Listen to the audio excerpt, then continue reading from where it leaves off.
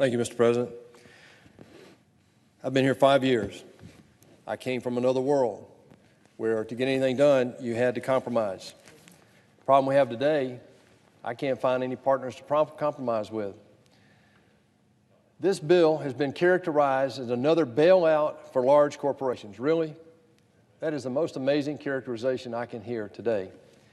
When I look at this, what this bill is focused on is the American worker, who in the time we've been debating this morning here, thousands have had phone calls given to them today by their employer to say, we're sorry, but because of the liquidity situation we have, there's no demand for our products or services, we need you to go home. That's been going on now for weeks while we sit up here and talk and blame each other for things. The time for action is right now. This bill gives us an opportunity to bring over almost $2 trillion of liquidity to the American people who are in need. This is not about big business. As a matter of fact, I don't see any grants in here, Mr. President. What I see are liquidity opportunities so employers can keep their relationship with the employees. We've already heard the details today. Direct payments of $300 billion directly to individuals, $250 billion for 3 months of unemployment insurance, unprecedented.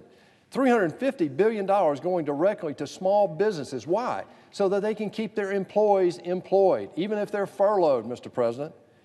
There are $500 billion being made available for loans through our banking community. This is federally guaranteed loans. These are not grants. These are not monies that are going to go to the boards and the executives and all of that. This is money that's going for the purpose of getting directly to payroll.